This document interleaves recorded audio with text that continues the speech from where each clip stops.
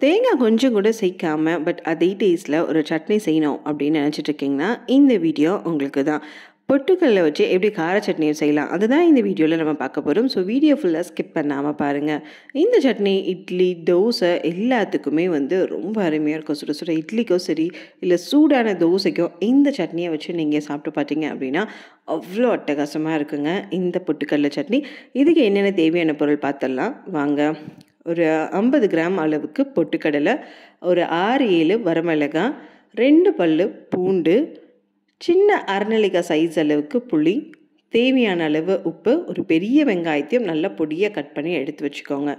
ஒரு கடாயை எடுத்துகிட்டு அந்த கடாய் நல்லா சூடாகட்டும். சூடானதும் தேவையான அளவு எண்ணெய், ஒரு ஸ்பூன் அல்லது 2 ஸ்பூன் அளவுக்கு எண்ணெய் ஊற்றி நல்லா காஞ்சதுக்கப்புறம் ஒரு 6-7 வரமிளகாய், நீங்கள் காரத்துக்கு ஏற்ப கூட்டிக்கலாம், இல்லை கொஞ்சம் 1-2 குறைச்சிக்கலாங்க. இந்த 6-7 வரமிளகாய் நல்லா பொன்னிறமாக வரைக்கும், ரொம்ப கருகாமல் பொன்னிறமாக வரைக்கும் வறுத்தெடுத்துட்டு ஒரு பெரிய வெங்காயம் எடுத்துருக்கோம்ல அதை இந்த மாதிரி குட்டி குட்டியாக ஸ்லைஸாக கட் பண்ணி அதையும் சேர்த்து போட்டுட்டு கூடவே அரநெல்லிக்காய் சைஸ் அளவுக்கு புளி, 2 பல் பூண்டு, தேவையான அளவு உப்பு எல்லாத்தையுமே இது இப்போவே ஆட் பண்ணுங்க. உப்பு இந்த வெங்காயத்தோடய போட்டிங்க அப்படின்னா சீக்கிரமே வதங்கிடும் உங்களுக்கு. நல்லா வதங்கட்டும். இந்த வெங்காயத்தில் இருக்க தண்ணியெல்லாம் நல்ல ஒரு மாதிரி லைட் ப்ரௌன் கலரில் வரும்.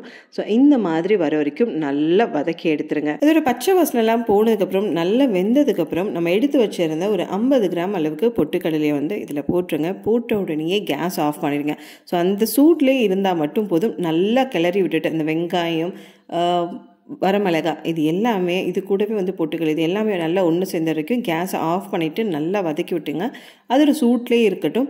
ரொம்ப நேரம் நீங்கள் வதக்கிட்டீங்க அப்படின்னா ரொம்ப சட்னி வலுவலுன்னு போயிடும். அதனால் இந்த சூட்லேயே நல்லா ஆறுனதுக்கப்புறம் மிக்ஸி ஜாரில் எல்லாத்தையுமே பொட்டுக்கடலை, வரமிளகாய், பூண்டு, புளி, உப்பு இதோட எல்லாத்தையும் வெங்காயம், வதக்கின வெங்காயம் இது எல்லாமே மிக்ஸி ஜாரில் ட்ரான்ஸ்ஃபர் பண்ணிவிட்டு ஃபஸ்ட்டு எப்போவுமே நம்ம தண்ணி ஊற்றி ஒன்றே அரைக்கக்கூடாது. ஏன்னா 1-2 சரியாக அரைக்காது.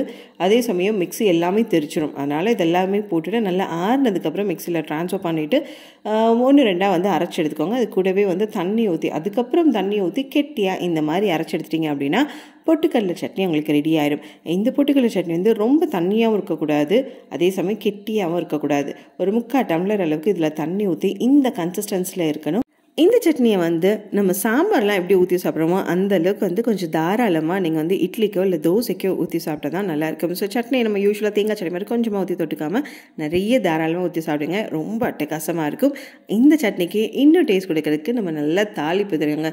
தாராளமாக எண்ணெய் ஊற்றி கடுகு, கருவேப்பிலை, காஞ்ச மிளகாய் இது 3மே நல்லா பொரியட்டும்.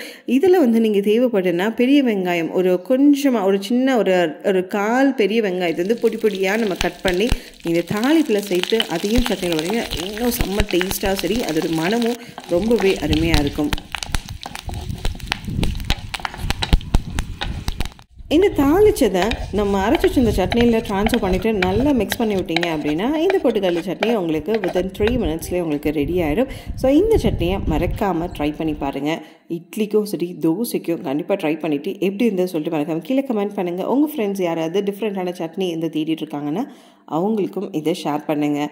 இப்போ தான் கெட்டி சட்னி சேனலை ஃபஸ்ட் டைம் பார்க்குறீங்க அப்படின்னா மறக்காமல் சப்ஸ்கிரைப் பண்ணி பக்கத்தில் இருக்க பெல் ஐக்கானை கிளிக் பண்ணுங்கள். அப்போ தான் இதே மாதிரி இன்ட்ரெஸ்டிங்கான சட்னி ரெசிபிஸ் எல்லாம் உங்களுக்கு மிஸ் ஆகாமல் வரும்.